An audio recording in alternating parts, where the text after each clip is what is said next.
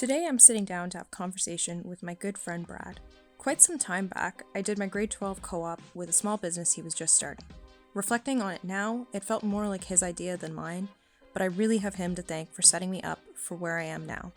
Since then, his business has grown, and I wanted to interview him about how creativity and business can work together.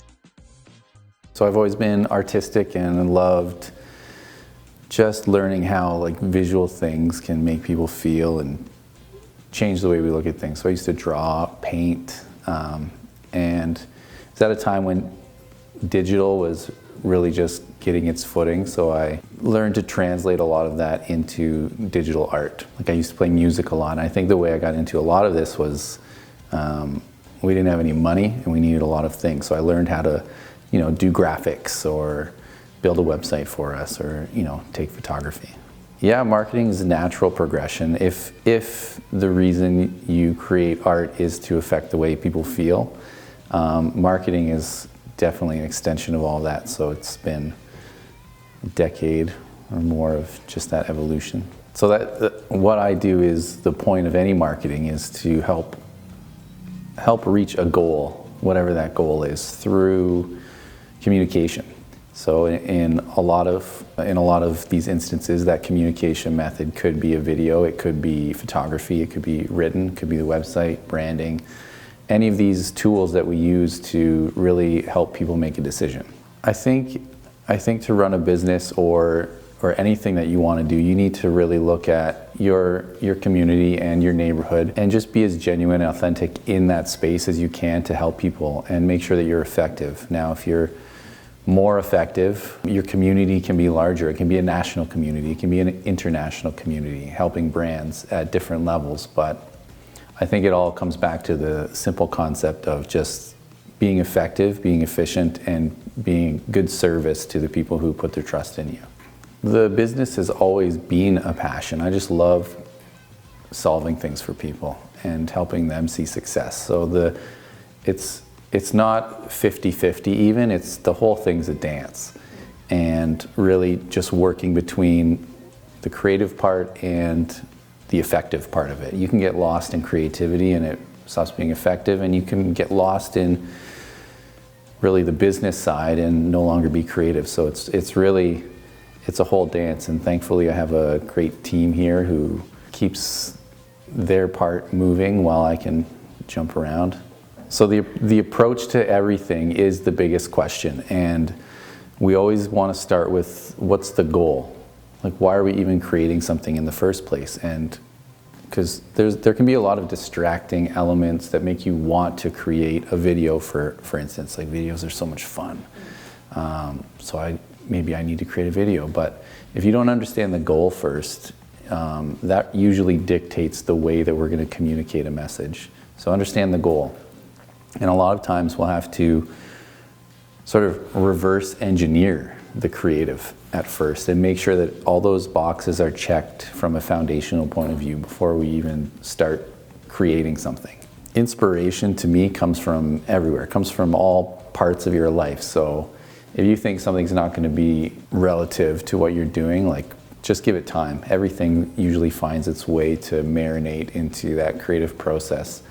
I think I wouldn't even say inspiration, but what I love to see is just problem solving, right? That's sort of what I want to do. That's where I feel success. It's not like, oh, I created this great piece. If that piece didn't yield the results of that original goal that we wanted to create it for, then I don't feel we did a good job. As beautiful or as captivating or amazing as this piece is, if it didn't help somebody at the end of the day, it was for me. And really, I don't want to create for me. There's projects that, you can't always get lost in how much better or how much further you could take something. There comes a time in every project where you just have to say, this is what's needed and that's where it's going to stop.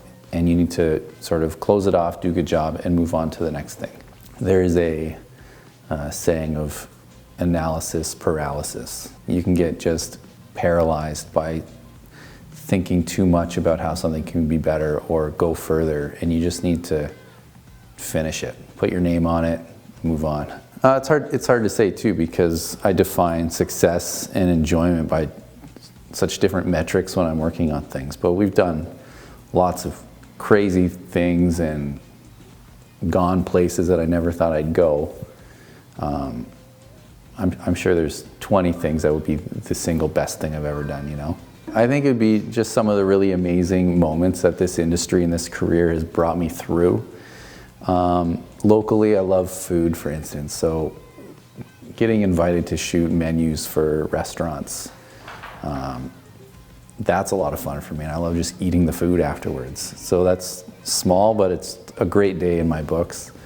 I've also got to travel around quite a bit, shooting things, directing documentaries, interviewing people who have themselves been to crazy places in life and sort of living a story through their eyes. There's lots of moments that I'm sure I'll look back and be like, that was awesome.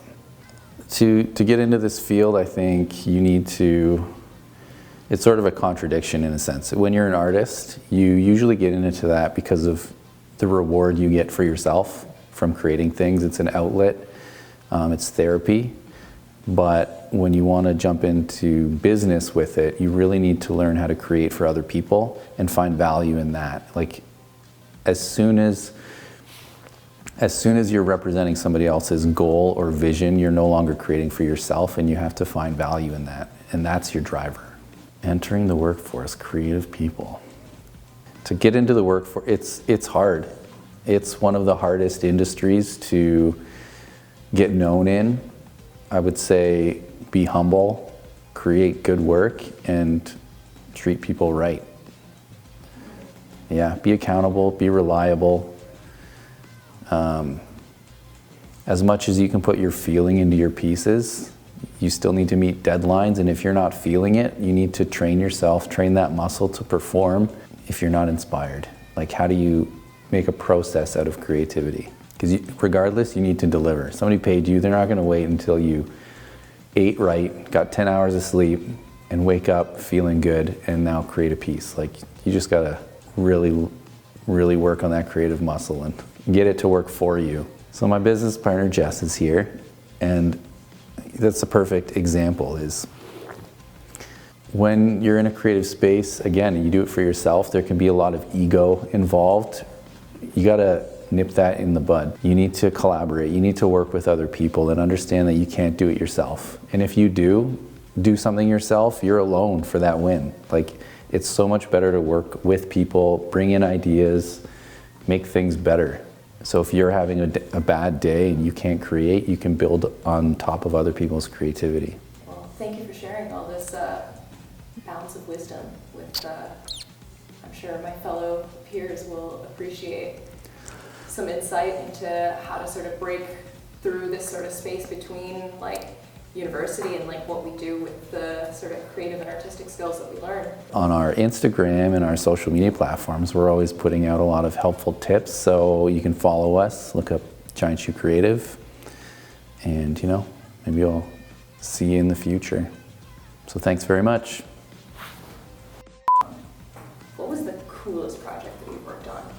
Well, Project Christy Mitchell. Maybe I'll see you in the shoe. Maybe we'll, I don't know. You'll cut something together. Something.